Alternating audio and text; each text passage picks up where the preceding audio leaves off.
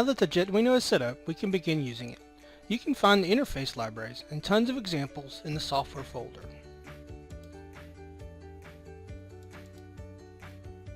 Please note that there are folders in there for a number of different types of interfaces like Node.js and Scratch and so on. At the moment, the only ones that work for the Jetduino are the Python and C ones, but I plan to upgrade the others over time. Let's go ahead and start with Python. As you can see, there are example scripts for numerous different types of Grove modules that are available. We'll be starting with the Grove button example. Let's go ahead and open it up and take a look.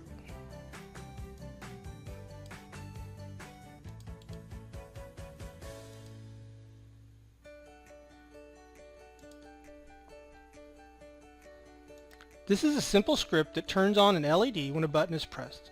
In this example, I'm using the Grove LED and the Grove touch sensor as a button. The first thing the script does is import the Jetduino module and the pin mappings. The pin mappings have a number of useful constants defined for your use. After that, we assign our button and our LED pin. The touch sensor is hooked into the Arduino D4 Grove connector, and the LED is connected to the D6. We can see this here with the RD4 and RD6, which stands for Arduino. If you want to go to the Jetson GPIO, it would be Jet, like Jet PU0. Next, we set the pin mode for each of our digital lines. We set the button to be an input pin, and the LED to be an output pin. Then we start a while loop. We read in the I/O value from the button, print it out, and then write that output to the LED, and then sleep for a little bit and do it all over again. So let's go ahead and hook up our hardware. So we want the LED on Arduino D6.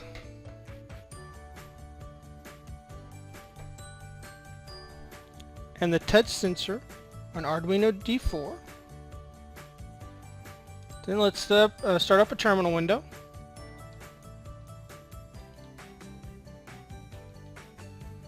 Alright, and then we're going to run the Grove button Python script as the root user.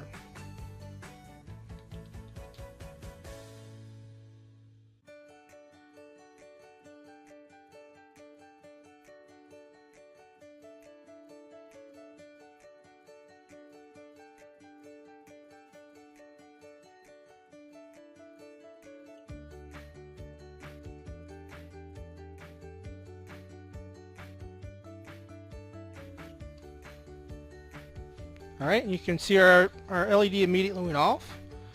Now I'm going to touch and it goes back on. So we're now controlling this from a Python script running on the Jetson that's hooked to digital I/O lines on the Arduino. The shield on the Jetduino has 7 digital Grove connectors and 19 digital 3-pin RobotGeek connectors, with 12 of them being capable of pulse width modulation and standard servo control. All the digital lines on the shield are level shifted to 5 volts.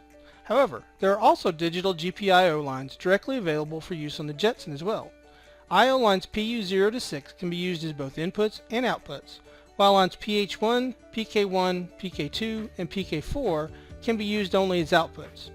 You can choose to level shift each of the Jetson GPIO lines to either 3.3 or 5 volts using a jumper setting on the board. Let's go ahead and modify the script a bit to use the Jetson GPIO line for the touch sensor and the Arduino for the LED. Let's move the touch sensor to use the PU2 Grove connector.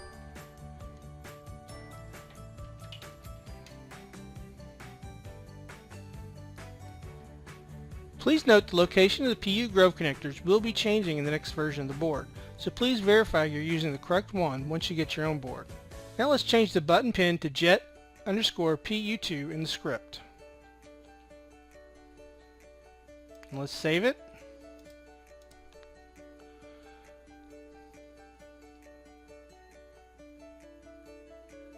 And rerun.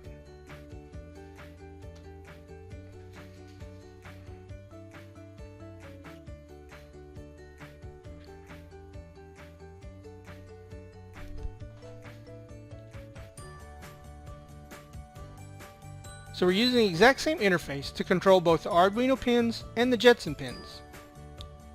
Now let's control the whole thing from the Jetson, but instead of turning on an LED, let's turn on a relay. Leave the LED in place and plug in a Grove relay to the PU1 connector on the Jetduino.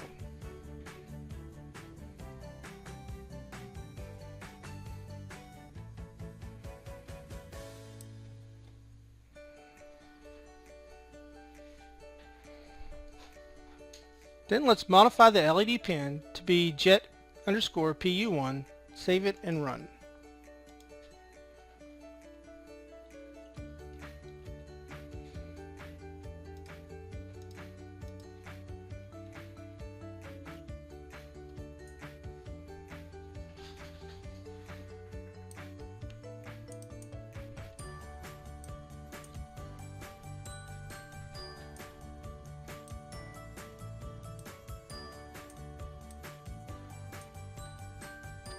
And just like that, we have a high amperage relay switch being controlled by a button connected to the Jetson.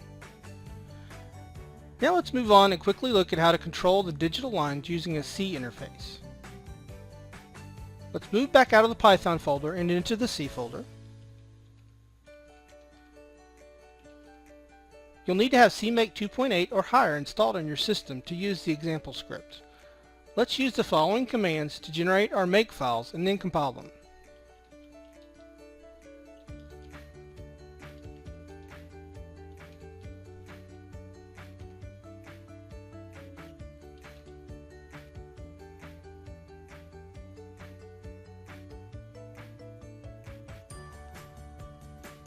Let's go ahead and start by opening the Jetduino button example file.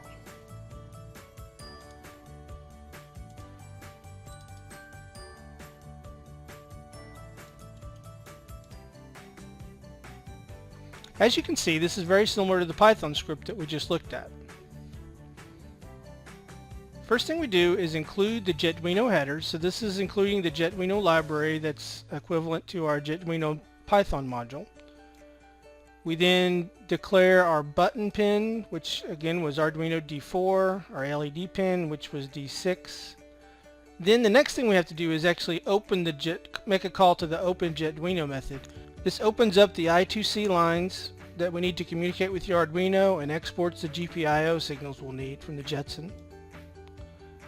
Then we set our pin modes again. We set the button to an input pin, the LED to an output pin. We have a for loop. We read in from the button, print it out, write it out to the LED, and sleep. Finally though, then we close the Jetduino, which closes our I2C lines and unexports out all our GPIOs so we exit cleanly. So as you can see, it's very similar to what we were doing before. Let's go ahead and change this to match what we currently have set up.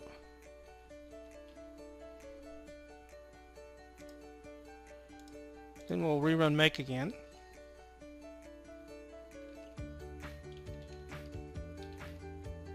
And here's all of our executables that were created for us. So let's go ahead and run this file now. Remember, you have to run it as the root user.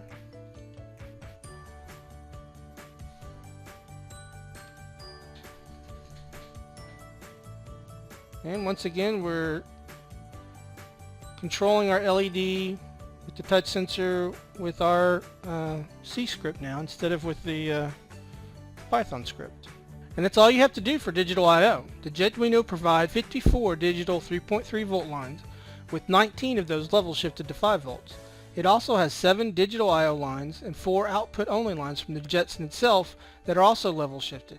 So this is a tremendous amount of digital I/O that's now at your fingertips using the Jetduino. Please stay tuned for more videos demonstrating how to use the Jetduino, and please subscribe to my newsletter, the YouTube channel, and please like this video.